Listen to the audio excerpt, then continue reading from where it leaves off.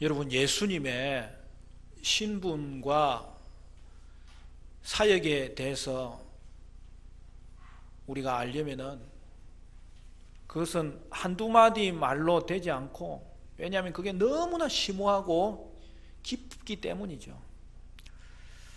그래서 로마서에서는 이 법정 개념으로 예수님의 십자가를 소개했어요. 그리고 요한복음에는 어린 양을 위해서 목숨을 드리는 선한 목자로 비유를 한 거죠. 그러면 오늘 우리가 읽은 이 히브리서 성경에는 예수님을 어떻게 소개하는 것입니까?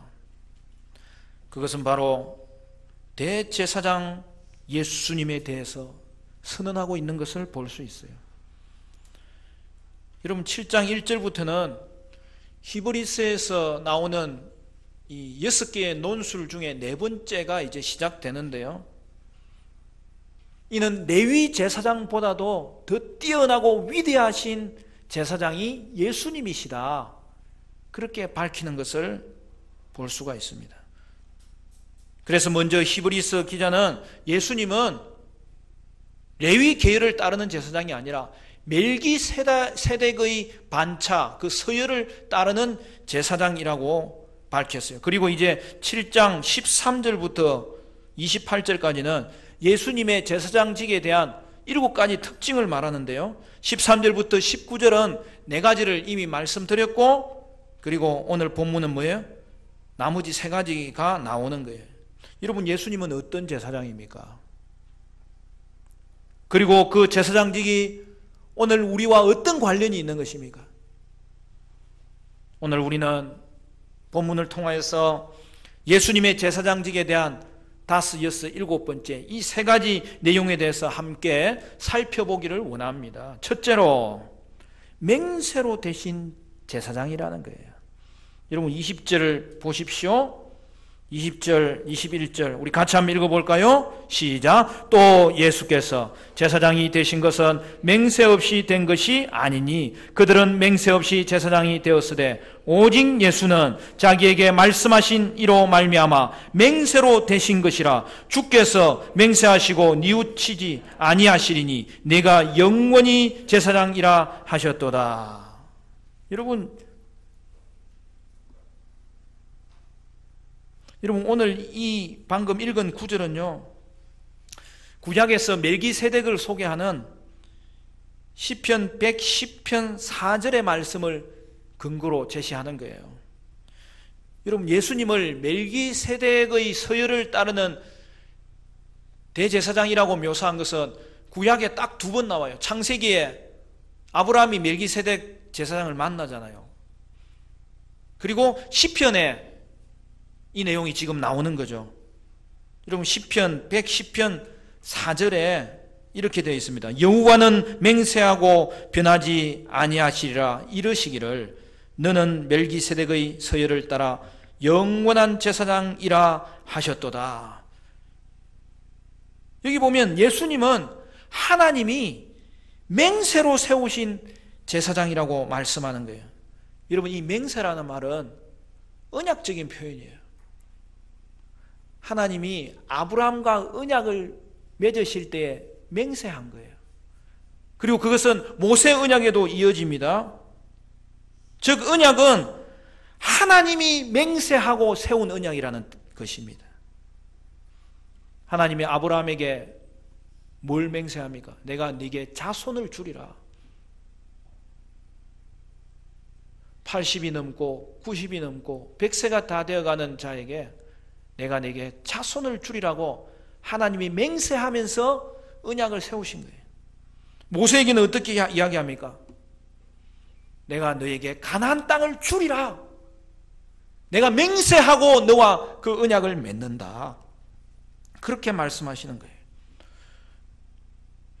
여러분, 하나님이 맹세한다는 게 좀 이상하게 들리지 않습니까? 원래 맹세는 낮은 사람이 높은 사람에게 하는 거예요. 그런데 하나님이 언약을 맺을 때만큼은 하나님이 맹세하는 것을 볼 수 있어요. 여러분, 그 말은 무슨 뜻입니까? 하나님이 맹세한다는 것은 하나님이 반드시 이루신다는 뜻이에요. 그러므로 여러분, 맹세는 그 자체가 언약의 보증이에요. 하나님이 우리와 언약을 맺으면서 그가 친히 맹세하고 맺은 언약이기 때문에 그 언약은 반드시 이루어질 것이라는 것을 보여주는 거예요. 그러므로 하나님의 언약은 반드시 이루어집니다. 하나님께서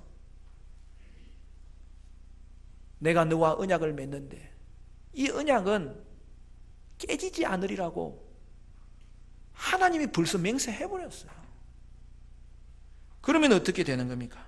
하나님이 맹세하심으로 하나님이 친히 이 일을 이끌어 가신다고 우리에게 말씀하고 있는 거예요. 그래서 여러분, 구약에서 이스라엘이 하나님과 맺은 모든 언약은 은혜의 언약이에요.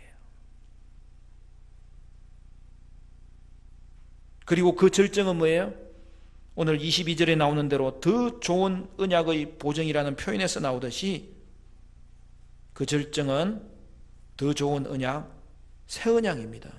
바로 이 새 언약은 예수 그리스도의 십자가를 통하여서 이루는 언약으로 이전의 모든 언약을 성취하는 거예요. 여러분, 그게 왜 성취됩니까? 하나님이 맹세하고 세우신 언약이고 여기에는 예수님의 맹세도 포함되는 거예요. 왜요?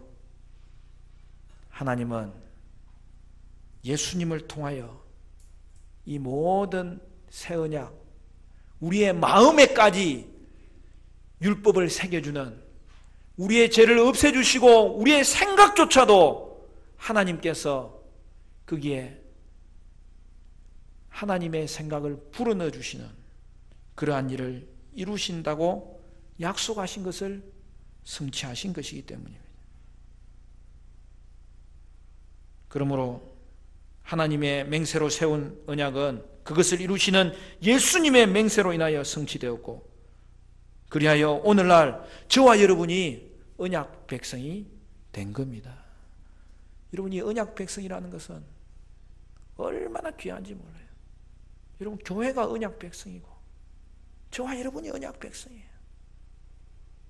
하나님이 우리의 하나님이 되어주시겠다고 맹세하신 만큼 이 언약은 깨어지지 아니하고 이 언약 때문에 오늘 저와 여러분이 예수님 중보자로 우리 가운데 서게 하심으로 구원을 얻게 되었다는 것이죠. 예수님은 하나님이 맹세하고 세우신 대제사장이고 그로 말미암아 이루어진 것이 뭐라고요?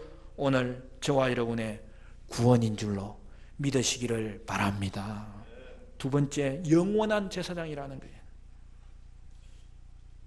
여러분, 일반 제사장들은 죽어요. 그래서 어떻게 해요? 다른 제사장들이 그 직임을 이어받아야 되는 거예요.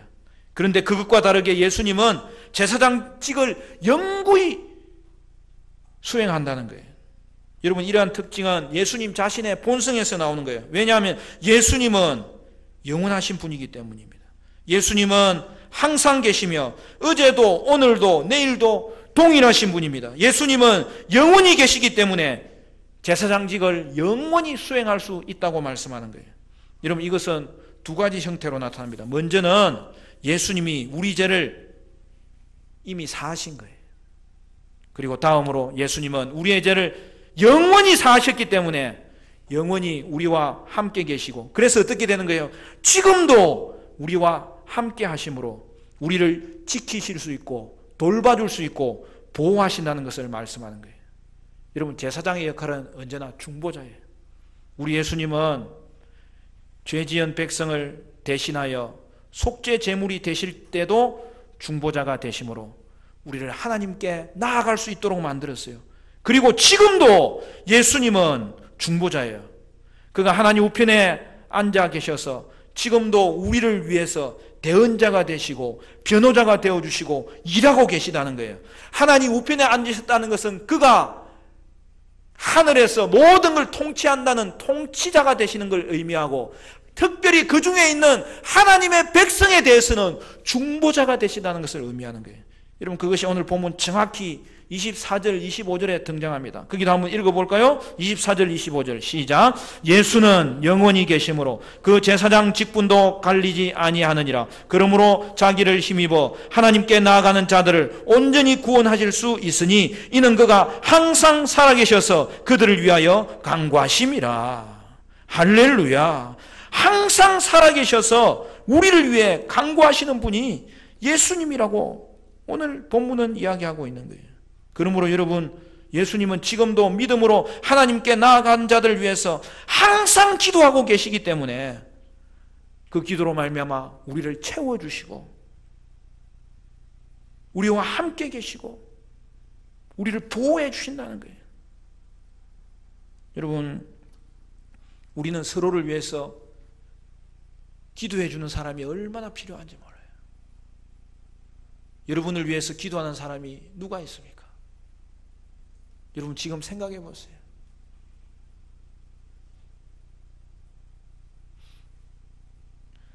옆에 쳐다보니 그분이 나를 기도하는 분이잖아. 특별히 부모님들이 기도하잖아요. 부모님이 귀한 이유는 여러분 다른 것은 몰라도 여러분을 위해서 기도하는 분이에요.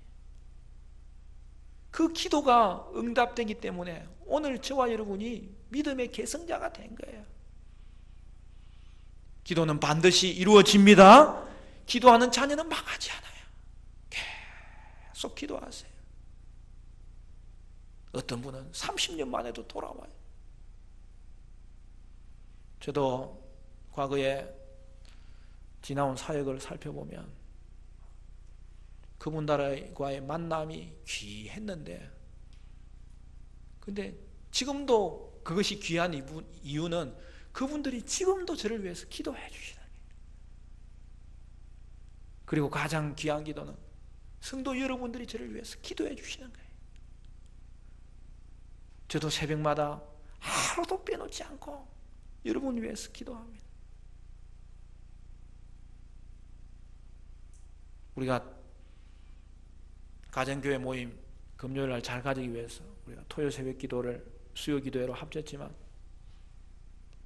토요일 날은 제가 큐티하면서 기도합니다.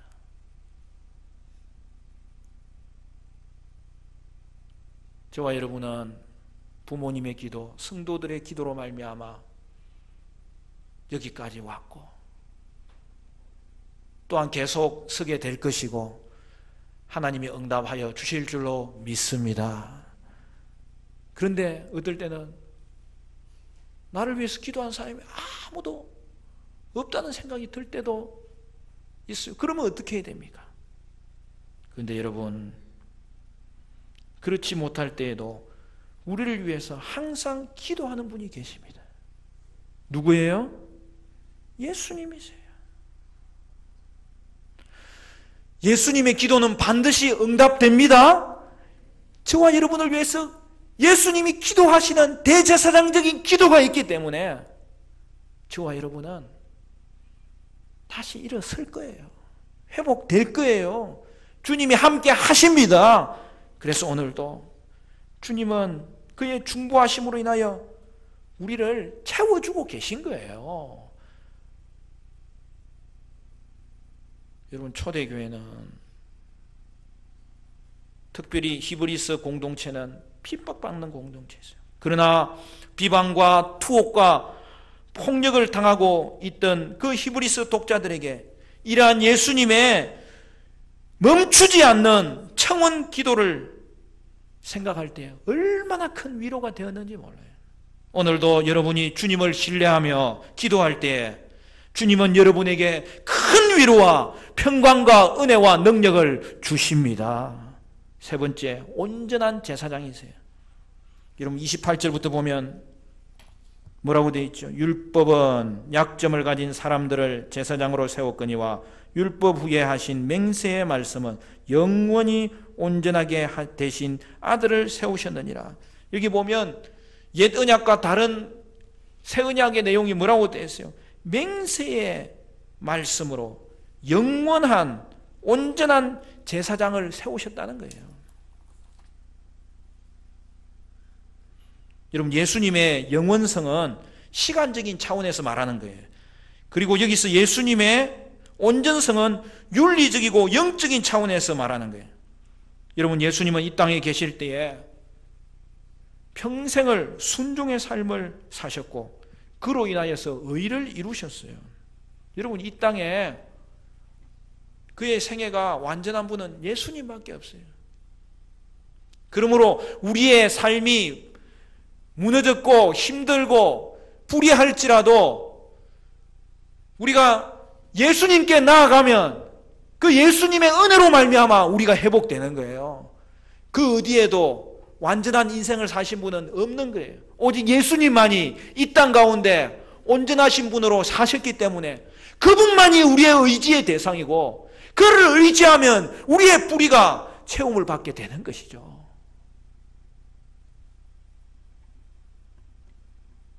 그리고 그 순종의 의를 우리에게 넘겨주시는 거예요. 그걸 전가시켜 주신다고 하잖아요.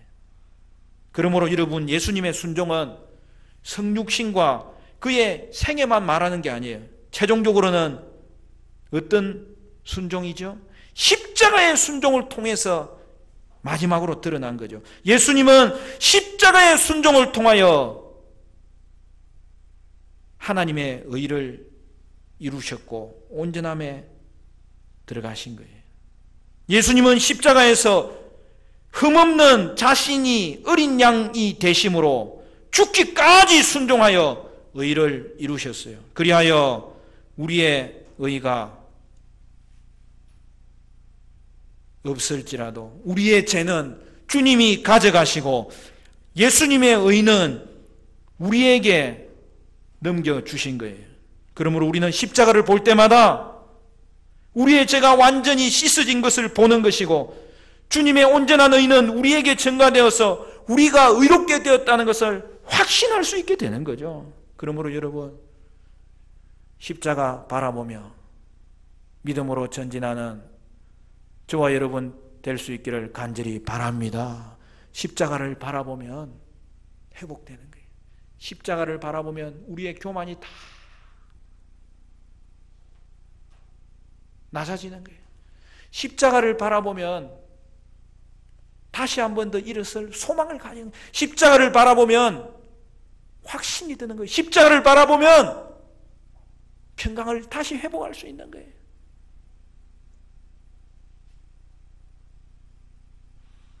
따라서 우리가 구원받기 위해서 할 일은 하나도 없습니다. 여러분은 예수님의 십자가를 통하여서 이미 의롭게 된 거예요. 여러분, 그걸 칭의라고 하잖아요. 의롭게 인정을 받는 거죠. 여러분이 의롭다고 하나님께 이미 인정을 받은 거예요. 여러분은 이제부터 삶은 어떤 삶이냐? 구원받기 위해서 사는 것이 아니라 거룩해지기 위해서 사는 거예요. 거룩해지는 만큼 복되기 때문에. 여러분, 그게 성화예요. 거룩은 우리가 구원받았기 때문에 할 수 있는 은혜예요. 그러므로 거룩은 성도가 반드시 이루어야 될 의무이고 특권입니다. 그런데 한 가지만 더 짚고 넘어가기를 바라는 것은 우리가 구원받은 이후에도 우리에게 죄성이 남아있어요. 우리가 구원받고 천국 바로 가면은 모르겠지만 이 땅에 사명이 있어서 하나님이 이 땅에 남겨놓으셨는데 우리는 의롭게 되었지만 아직도 죄의 본성이 남아있는 것을 고백하지 않을 수 없어요. 그런데 그것조차도 우리의 죄성이 아직 남겨진 것조차도 하나님의 놀라운 뜻이 있는 거예요. 그 이유는 세 가지예요. 첫째는 죄의 심각성을 뼈저리게 느낄 수 있는 거예요. 그래서 여러분, 성화되면 성화될수록 어떻게 돼요? 죄의 악성은 더 깊이 깨닫게 되고 더 깊이 처절하게 느끼는 게 성도의 삶이에요. 두 번째, 우리는 죄의 본성을 싸워서 이길 수 있는 능력이 없음을 깨닫고 성령님만 의지하게 만드는 거예요. 우리 속에 죄된 본성이 남아있는 것을 볼 때마다 스스로의 능력이 아니라 내가 주님 바라보겠고 주님 바라보면서 이기겠노라. 우리는 계속 그것으로 인하여 주님 바라보는 복된 삶을 살아가게 되는 거예요. 세 번째, 오늘 본문과 연관지어서 생각할 때 죄의 본성으로 인하여 우리는 자주 넘어짐에도 불구하고 변함없이 하나님은 대제사장 예수님을 통하여 우리를 돌보고 계시고 이끌고 계시고 사랑하고 계신다는 것을 깨닫고 감사하게 하려는 거예요. 우리는 넘어짐에도 불구하고 대제사장 예수님으로 인하여 일어서는 거예요. 회복되는 거예요. 그로 인하여서 우리는 우리 홀로 내버려 두지 아니하시는 대제사장 예수님의 이 중보자를 통하여서 언제나 신앙생활하고 있다는 이 사실을 순간순간 깨달을 수 있기 때문에 하나님께 감사하며 영광을 돌리게 되는 거예요. 예수님은 지금도 여러분을 돌보십니다. 예수님은 지금도 여러분을 위해서 중보기도 하십니다. 예수님은 여러분의 대제사장이 되셔서 오늘도 우리의 남은 죄성이 있지만 그럼에도 불구하고 우리를 순간순간 힘주시고 회복시켜 주시는 것을 깨달을 때 오늘 저와 여러분은 대제사장 예수님을 통하여 다시 한 번 더 주님 앞에 가까이 나갈 수 있어야 되고, 특별히 어떤 장애물이 몰려오더라도 여러분은 믿음으로 대항할 수 있고 또한 이길 수 있다는 이 사실 앞에서 오늘 하루 여러분 자신을 다시 한 번 더 돌아보는 그런 은혜가 있어야 되겠습니다. 말씀을 맺겠습니다. 사랑하는 성도 여러분, 여러분은 모든 상황 속에서 제사장 예수님, 중보자 예수님, 통치자 예수님을 바라봄으로 말미암아 믿음으로 순종하시고 믿음으로 대항하시고 믿음으로 이기시고 믿음으로 더욱더 거룩해지는 하나님의 존귀한 자녀의 자리에 오르는 은혜가 있게 되시기를 주님의 이름으로 축원합니다.